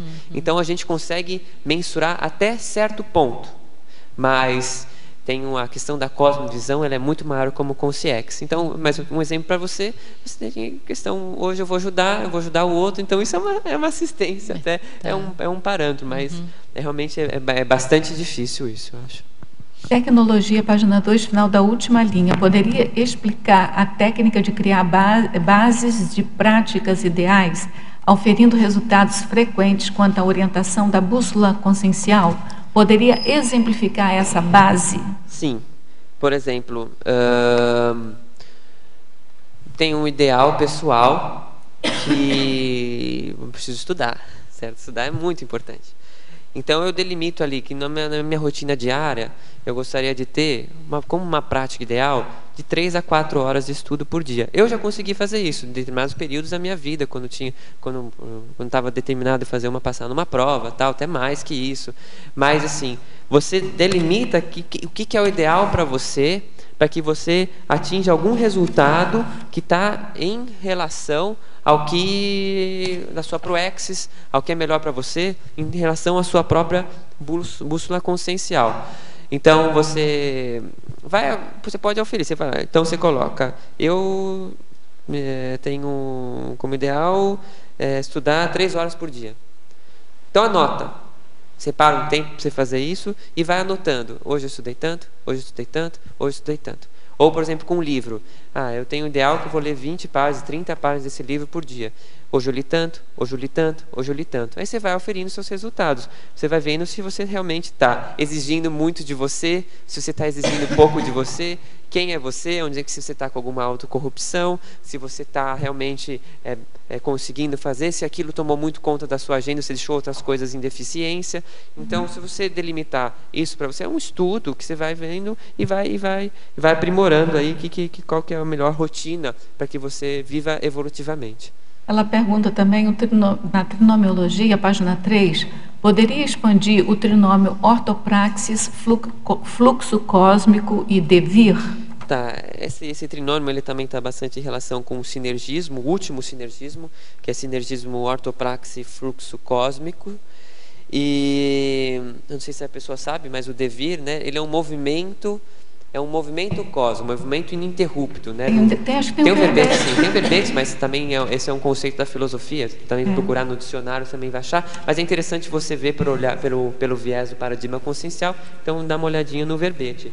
E o fluxo cósmico é isso, é todo esse movimento que vai, como funciona o cósmico, como funciona o cosmo, como é que a cosmoética atua, o que é esse fluxo dessas consciências que são evolutivamente bastante avançadas, como é que tá? Então a ortopraxis, ela vai te colocando em conformidade com o devir, com o fluxo cósmico. Isso acaba sendo até um sinergismo, porque na medida que você vai acertando evolutivamente, a questão das vibrações, mais você vai vibrando em conformidade com o fluxo cósmico, mais você vai vibrando em conformidade com o devir, com o que deve vir a ser, com aquilo que realmente é, né? Que é super difícil, né? O Valdo falou outro dia quanto mais você estuda para psiquismo, mais você chega perto da realidade. Então, mais você agindo evolutivamente correto, mais você vai estar em conformidade com o devir, né? Acho que é bem complexo. Devir é um conceito super assim. Então, Daniel, na página 3, o crescendologia, o crescendo autossabedoria intercompreensão. Você podia explanar também? Crescendo aqui. Tá. Então, já falei outras vezes aqui da questão de você desenvolver essa autossabedoria com autopesquisa, né, na evolução, mensurando resultados, parametrizando sua atuação. Então, aos poucos você vai adquirindo essa autossabedoria de quem que você é, como é que você atua, como é que você funciona evolutivamente. E com o tempo você vai entendendo, compreendendo mais os outros. Você vai compreendendo mais o tempo dos outros. Você vai compreendendo mais o porquê da outra pessoa ser assim. Você vai compreendendo mais os erros, os acertos. Você vai identificando mais os trafores dos outros. Tem até uma pensata que eu achei ótima do professor Valdo, do dia que eu não lembro necessariamente a pensata, mas ele falou: é ótimo você descobrir traforo nos outros. Isso realmente é muito bom, você identificar isso. Então você vai tendo um movimento de intercompreensão maior, você vai se entendendo melhor com o outro. Tanto é que, para mim, na minha vez, é bem claro. Quando eu comecei a me autopesquisar mais, quando eu comecei a melhorar quem eu sou, meus conflitos com os outros, com familiares, seja amigos, diminuíram muito. Mas é porque eu mudei. Assim, eles mudaram também. Lógico, eu também dei possibilidade para eles mudarem, porque eu mudei e eu libertei eles, para eles mudarem também. Estou dando o meu exemplo e estou entendendo. Eu não preciso mais entrar no mesmo sistema de brigas, de reclamações, de conflitos que eu vou ter com a pessoa, porque eu vou compreender mais ela. Então, isso aí acho que é um pulo do gato, na verdade. Você tem que ele tem diversos consequências. Ele te traz imperturbabilidade, ele te traz a harmonia, ele te traz homeostase holossomática, ele traz assim efeitos que a gente nem consegue mensurar. Todo futuros. Discernimento, né? Como? Todo discernimento, né? Sim, do contexto, sim. né? Sim, com certeza. Mas a nossa visão ela é curta ainda, né? Ela é curta, é difícil, mas um pouquinho que nós fizermos, acho que já tem resultado. Tá ok, obrigada. A gente tem que ser mais breve agora, que tem muita pergunta. Tá bom, vou ser mais objetivo então. Pode falar, Juvenal. Parabéns pelo verbete. Muitas graças. Eu queria que você desse um alôzinho aqui na Legislogia, página 3, terceira linha de cima para baixo, ou de baixo para cima. O conhecimento profundo da parajurisprudência universal. Isso aí é uma viagem, né? É uma viagem. É uma viagem holobiográfica para frente. É possível. Não sei se você estava presente no sábado, não estava? Estava. Você lembra um dos objetivos da Juriscons, que é não lembro a palavra exata, mas era possibilitar o acesso para a jurisprudência poliplanetária. Complexa. É complexo, mas se a gente tiver um glimpse disso, né, um lampejo do que é isso já vai nos trazer assim séculos de conhecimento. Imagina assim, né, um pouquinho, né, que seja 0,00001% desse conhecimento, acho que a gente já vai amadurecer muito, né? E numa viagem você vê só, né? Outro dia eu faço essas relações, o professor Valdo falou, né, da questão do tempo, que às vezes até comentei com você, mas eu não me lembro bem qual que era a pensata, mas eu falei como a gente pode dar o tempo para outra pessoa, porque quando eu te passo um conhecimento que eu tenho para você, eu te dou tempo, porque você ganhou tempo. Você não vai ter que passar tanto tempo. Então, é uma viagem. Você antecipa a andada do outro, né? Exatamente, é uma viagem. Então, essa parte de jurisprudência universal, ela é uma exigência que pelo menos, o evoluciólogo ele tenha um certo controle sobre isso. Eu não sei qual o nível de controle que ele vai ter sobre isso, mas realmente, eu acho que é muito importante para a autopraxis. Ô Daniel, alguém tinha que pensar sobre isso e sobrou para nós, conscienciólogos? Como é que é? Alguém tinha que pensar nisso. Alguém no planeta tinha que pensar sobre isso e sobrou para nós. Sobrou para nós. Então, olha só, né? O abacaxi que a gente tem. Mas o abacaxi é muito bom, eu gosto. Daniel, tem aqui uma pergunta. Tem uma pergunta aqui. Na página 5, em posturas, o item 12, vontade, pode explanar a autoabsolutismologia? Sim, posso. Nesse item aqui, dessas 12 posturas norteadoras, elas não estão necessariamente na ordem do memorando, certo? Eu achei uma ordem alfabética para o subtítulo aqui, né? Então, nesse aqui, a prática evolutiva é multidimensional controlada pela vontade, arbítrio e determinação pessoal intransferível. É o que eu pude assim resumir bastante sinteticamente o que seria a autoabsolutismologia. Tem um verbete no dicionário de argumentos da conscienciologia que a pessoa pode aprofundar mais, mas é isso, é você determinar para você mesmo, você ser o seu próprio absolutista, que você tem princípios rígidos. Lá estava no roteiro evolutivo hoje que entregaram na minha intertura. A rigidez de princípios. Se o princípio ele é evolutivo, ele é cosmoético, ele é interassistencial, ele é prioritário, você deve se apegar a ele. Não tem o que faça você se abalar aqui, não tem negocinho que você faça. Então é isso, o autoabsolutismo é você determinar para você mesmo que aquilo não se flexibiliza. E é ali, você vai fazer. É difícil. É difícil. É quem disse, né, que é fácil. Evoluir não é fácil, Não. né? Se fosse, a gente já era serenal. Com certeza. Professor Daniel, Interaciologia, página 3, poderia falar sobre a interação consciência cosmoética e centrais extrafísicas? Interaciologia. Ah, tá. Esse item aqui, ele tem bastante relação com esses 3 itens da parafatologia que eu coloco. Não vou lê-los aqui para a gente conseguir otimizar o tempo, mas dá uma olhada aqui, que a questão, novamente, na questão das vibrações, se você é cosmoético, você vai entrar em harmonia com o processo das centrais extrafísicas. Você não pode falar que a central extrafísica existe para potencializar a anticosmoética. Seria um contrassenso, uma ilogicidade tremenda. Mas então esse processo, você é uma consciência, você busca ser cosmoético, você age cosmoeticamente, você entra em harmonia com as centrais extrafísicas. Em Maniologia, página 4, poderia falar sobre a substituição de toda e qualquer mania na construção de hábitos evolutivos diários e ininterruptos? Certo. Fazer 20 EVs diários pode ser um toque ou pode ser um hábito evolutivo. É bastante paradoxal isso, mas eu já me vi nessa própria condição que eu começava a sofrer, causando autoassédios quando não realizava 20 EVs diários. Isso aí tudo bem, é meio estranho isso aí, né? É uma coisa que você está querendo adquirir, fazer, para que te traga benesses evolutivas. Mas aquilo te traz só contrafluxos? Eu pensei que você falar alguma coisa. Mas isso só te traz autoassédio?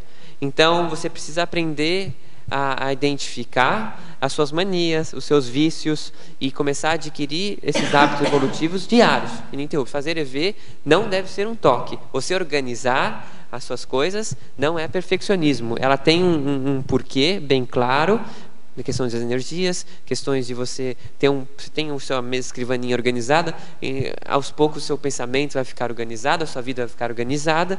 Então é isso, há muita autopesquisa aí pela frente. Em mitologia, ele queria que você explicasse o mito do dom sem esforço. Certo. Aí chega, você acha que você vai receber por uma dádiva divina o dom do parapsiquismo, recebi e tudo mais, e agora eu sei, vai ficar torcendo. Tem toda essa questão da mitologia, da mistificação, e nenhum trafor que você tem, nenhuma superdotação que a consciência tem, ela tem porque outra pessoa deu para ela.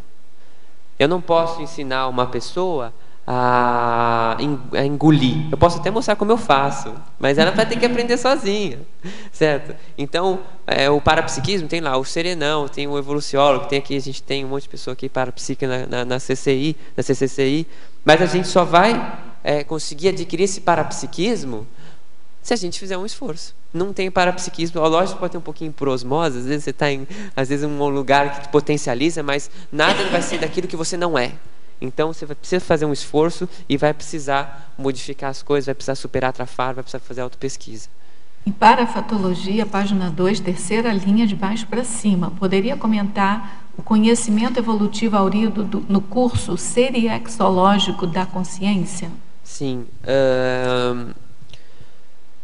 Nós somos consciências holobiográficas, né? Tem até o princípio aqui da singularidade holobiográfica.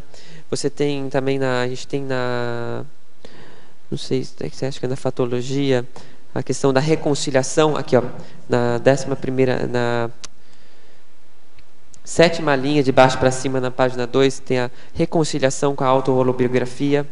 Então, a consciência ela tem todo um arcabouço dela mesma, que às vezes existem muitos trafores que estão dormentes, e você levar em consideração toda essa problemática aí da multiexistencialidade, e você utilizar isso evolutivamente falando. A gente, por exemplo, está falando do dom sem esforço.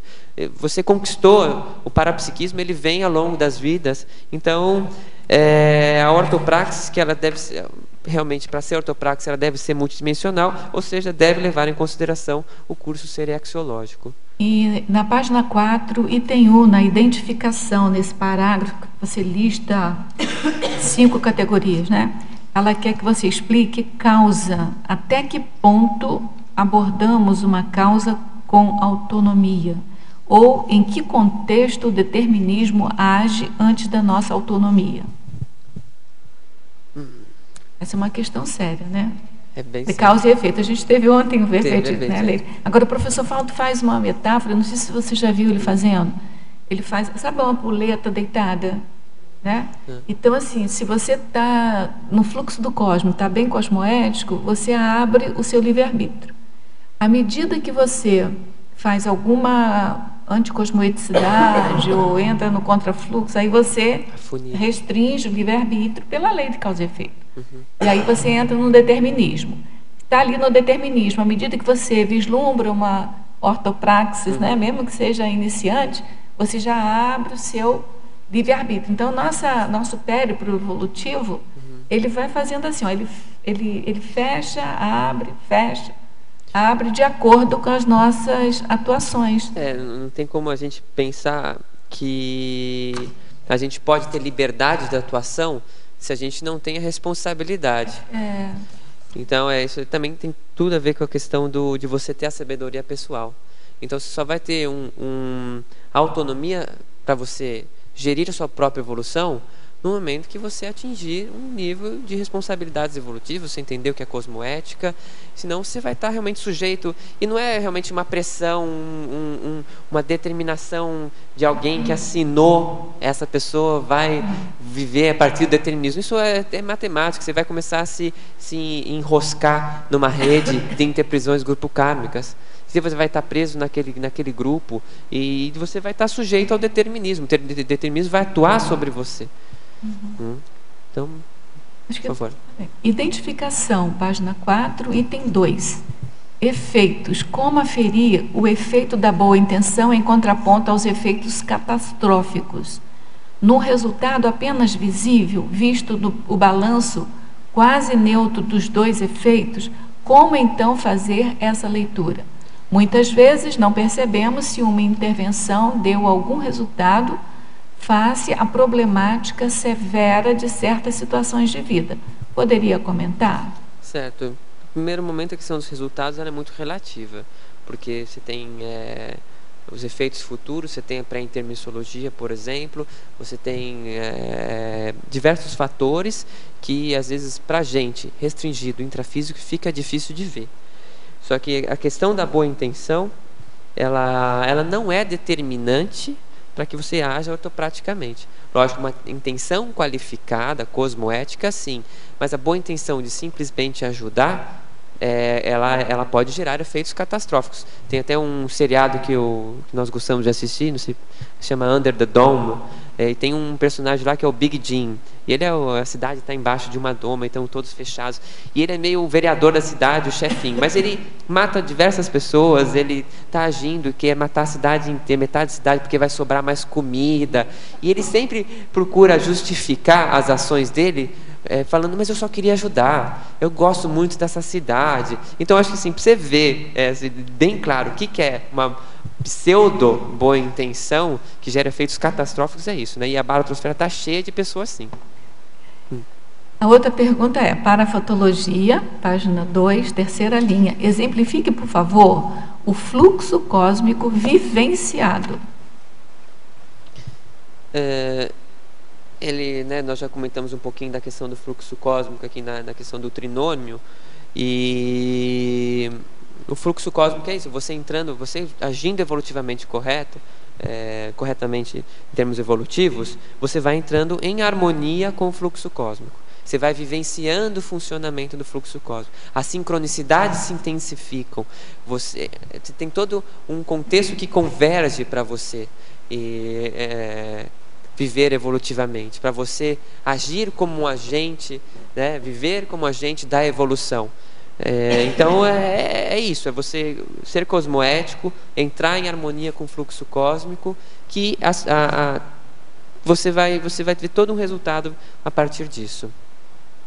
Em polinomiologia, página 3, poderia detalhar o polinômio repetição de erros erro único, acerto constante, ausência de erros. Na evolução que nos caracteriza, como é possível a ausência de erros? Imagino que a CL não erra, mas, né? A CL não erra, o Serenão não erra. Eu acho que ele já tem um conhecimento assim cósmico tão profundo que...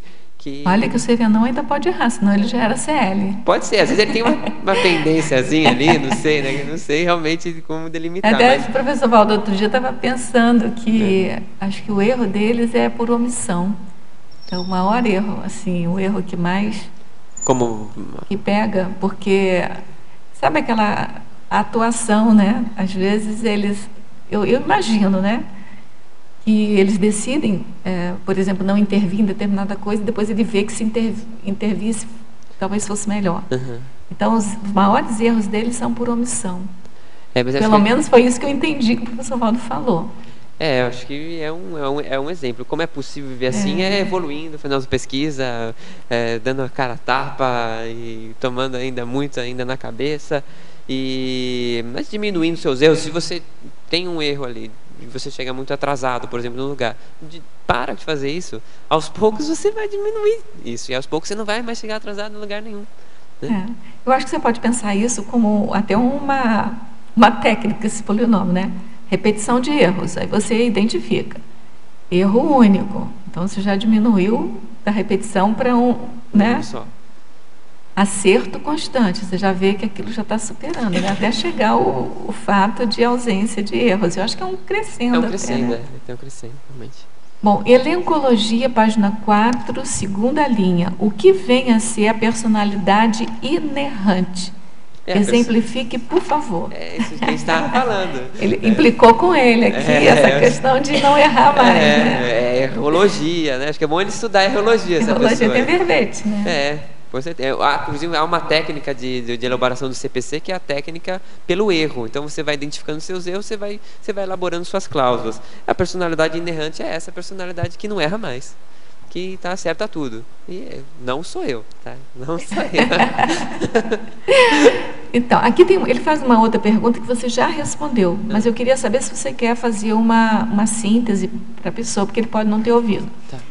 No final na página 3, final da primeira linha da neossinapsologia.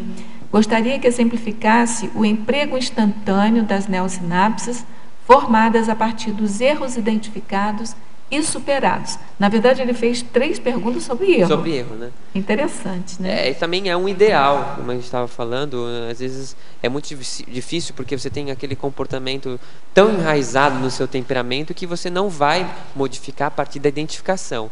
Mas eu acho que você deve ter uma postura de implacabilidade. Você identificou, aplica. Então você já sabe como que você deve fazer, você já sabe, já tem lá escrito no seu CPC que você não vai mais fazer isso e você continua fazendo. Quer dizer, você não está aplicando suas neossinapses, você está vivendo nas retrosinapses. Então, é um ideal, mas acho que é um ideal que pouco a pouco a gente consegue empregar ele sim, a gente consegue viver a partir dessas neossinapses e ir acertando, né, cada vez mais.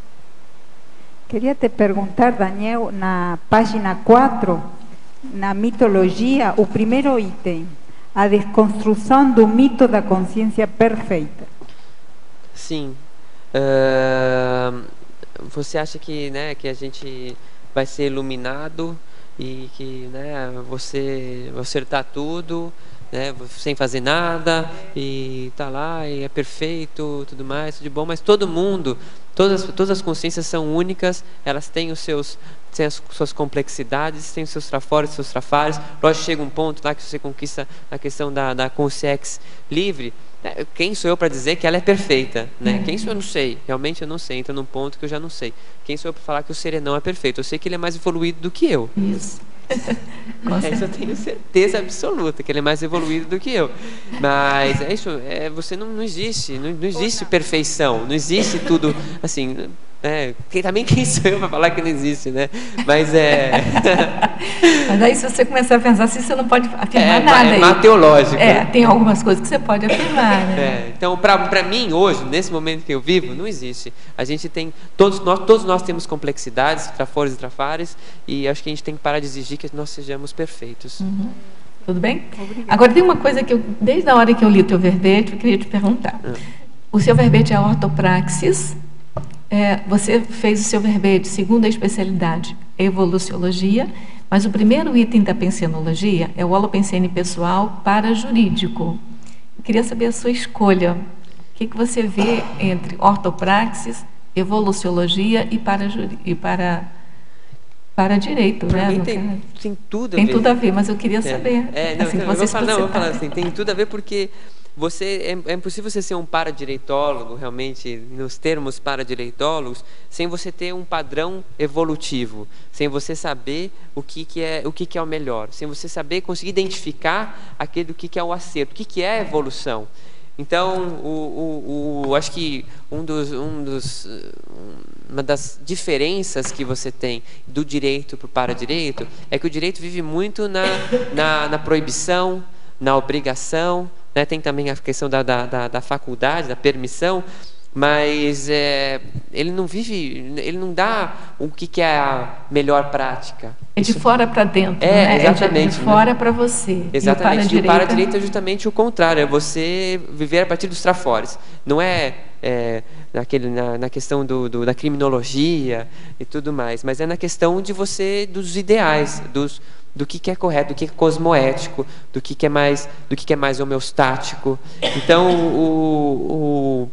o evoluciólogo, como um paradireitólogo exemplar, né, de modelo, ele vivencia esse holopensene pessoal para jurídico. Então, inclusive a paradireitologia, ela é da especialidade de evoluciologia, então eu acho que eu fiz essa relação. Então, eu estou estudando o que é correto para poder entender um pouquinho mais como o evoluciólogo faz aquele processo da decisão, que depois, mais tarde, né, em outros verbetes, eu vou mostrar um pouquinho mais como que é esse pensamento, que tem um verbete aí que eu estou fazendo, que está em revisão, que é para a magistraturologia, que como é que é a decisão, o que é o processo de você saber decidir para o outro, né? Na verdade, não vai decidir para o outro, né? Vai dar orientação, né? Sim, mas né? Agora vamos entrar. E a transmigração, né? E a transmigração. Então, tudo isso são questões que acho que como paradireito é uma ciência que a gente está começando a entender, pode ser que hoje eu esteja errado, mas são coisas que a gente tem que pensar.